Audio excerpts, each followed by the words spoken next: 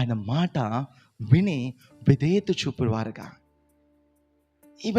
Even small చిన్న change కూడా రాకుండా, చిన్న గ్యాప్ కూడా లేకుండా ఎగ్జాక్ట్గా ప్రభు ఏది చెప్తున్నాడో అక్కడ వరకే, అది వరకే అలాగ మన విశ్వాసాన్ని కొనసాగించుకోగలిగితే ఇంకా ఊరు కాదు కదా, దేశాలు కాదు కదా, ప్రభు యొక్క చేతిలో మనం ఎంత ఉన్నతంగా వెళ్ళిపోతామో మనకి తెలియదు. మనకి ఆశ్చర్యం వేద్దాం, మనకే భయం వేస్తాం. ప్రభు వద్దు ప్రభు, మరి ఎంత ఆశీర్వాదం వద్దు ప్రభు అనేస్తాం మనం. హల్లెలూయా. ఎందుకంటే ఆయన మాట విని వణికే వారి కొరకు, ఆయన మాట విని సరి చేసుకునే వారికి ప్రభు వారి కొరకే చూస్తున్నాడు. ప్రతి ఒక్క దాంట్లో కూడా దేవుడి మాట మన సొంత మాట, దేవుడి మాట మన సొంత మాట, దేవుడి మాట మన సొంత మాట, దేవుడు ఆలోచన సొంత ఆలోచన, దేవుడు ఆలోచన సొంత ఆలోచన. నో, ఏం అవసరంలే.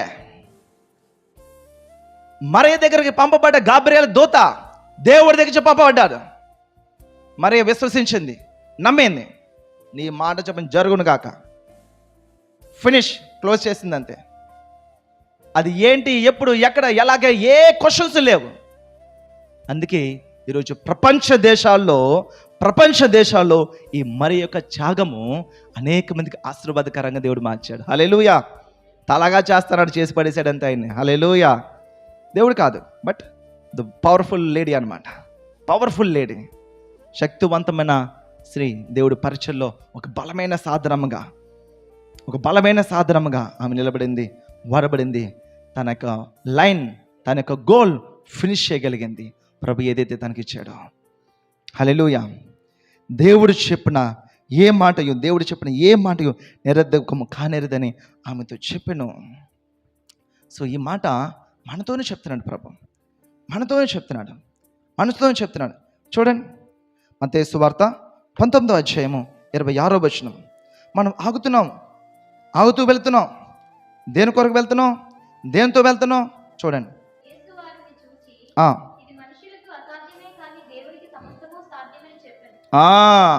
ఆయన క్లియర్గా చెప్తున్నాడు. ఆయన ఎందుకు ఈ మాట చెప్పాడు? కామన్ మాట, ఇందులో పెద్ద వింతే మనకు కనిపించదు, కానీ లోపలికి వెళ్తే చాలా కనబడుతుంది. ఎందుకు ఈ మాట వచ్చింది? మనుషులకి అసాధ్యమే కానీ దేవుడికి సమస్తం సాధ్యము అన్న మాట ఎందుకు వచ్చింది? వాళ్ళు చేస్తున్న వారు ఏం చేస్తున్నారు? ఎందుకు ఈ మాటతో వాళ్ళని బలపరుస్తున్నారు?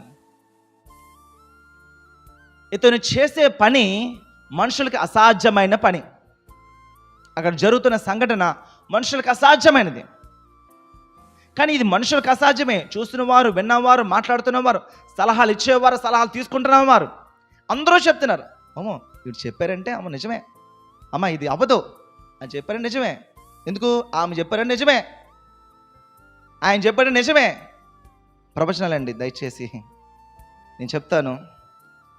మీరు వాక్యం కొరకు ఆశ కలిగి, తృష్ణ కలిగి, ప్రార్థన గదులు కూర్చొని, లేకపోతే వాక్యం సన్నిధిలో కూర్చొని మీకు మీరుగా ప్రవచనాత్మకంగా పొందుకున్న మాట అయితే తప్ప, దేవుడు మీ జీవితంలో దేవుడు ఎలాగా, ఇగో మిమ్మల్ని అలాగా అని బిస్కెట్లు వేస్తే వాళ్ళు ఎవరి వైపు చూడకండి.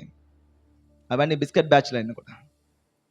చాలామంది నాకు ఫోన్ చేస్తుంటారు, పాస్టర్ గారు ఇదిగో ఎలాగుంది, ఇది ఏం చేయాలండి, అదేం చేయాలి, మీరు ఒక మాట చెప్పని అంటారు. ఆ సమయంలో వాడు మాట్లాడతాను, మీరు ప్రార్థన చేయరామా? ప్రార్థన చేస్తారా? ఖచ్చితంగా దేవుడి మీద మాట్లాడతాను. అది కాదు, మేము ఇప్పుడిప్పుడే ప్రభుని తెలుసుకుంటున్నామండి. ఆ విషయం ప్రభుకి తెలుసండి, మీరు నాకు చెప్పక్కర్లేదు, ప్రభుకి చెప్పక్కర్లేదు.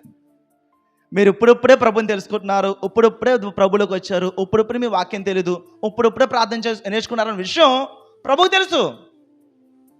ఆయనకి సత్యాన్ని ఎలా మనకు నేర్పించాలో నేర్పిస్తాడు. ఈ బైబిల్ యొక్క ముఖ్య సూత్రం ఏంటంటే, గుర్తుపెట్టుకొని, మన జీవితంలో అద్భుతం జరగడం గురించి కాదు.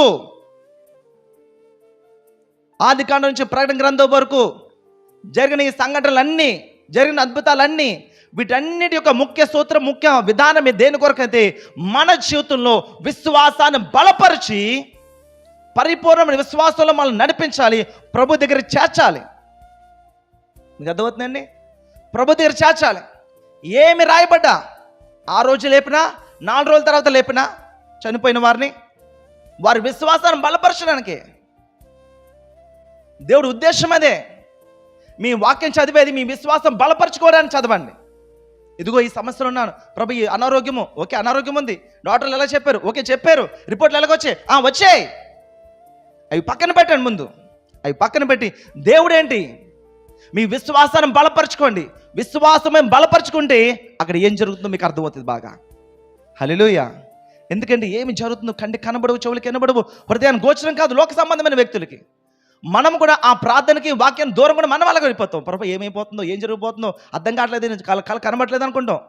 కాబట్టి వాటిని పక్కన పెట్టేసి మీ ఆత్మను బలపరచుకోగలిగితే, మీ విశ్వాసాన్ని బలపరచుకోగలిగితే, ఎస్ ఈ విషయము దేని కొరకు అన్న విషయం మనకి అర్థమవుతుంది. హల్లెలూయా.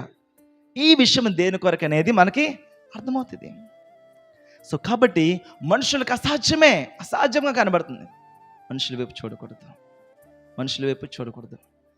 నా ప్రభు మాట ఇచ్చాడు అంటే ఖచ్చితంగా మాట ఇచ్చే ఒక విషయంలో ఏదైనా సరే దేవుని కృప వల్ల ఈ మాట ఈ సాక్ష్యం చెప్పగలుగుతున్నాను. ఒక విషయంలో ప్రభు ఒక క్లారిటీ ఇచ్చారంటే అది దాని తర్వాత ఏమి జరిగిపోయినా సరే కదలకుండా ఉండే విశ్వాసంలో ప్రభు నడిపించడానికి దేవుడు నాకు సహాయం చేస్తాడు. హల్లెలూయా. అలా నడవడానికి ప్రభు సహాయం చేస్తాడు. దేన్ని బట్టి కాదు, విశ్వాసం బట్టి. ఆ మాటలో క్లారిటీ దేవుడి విషయంలో నేర్పిస్తాడు.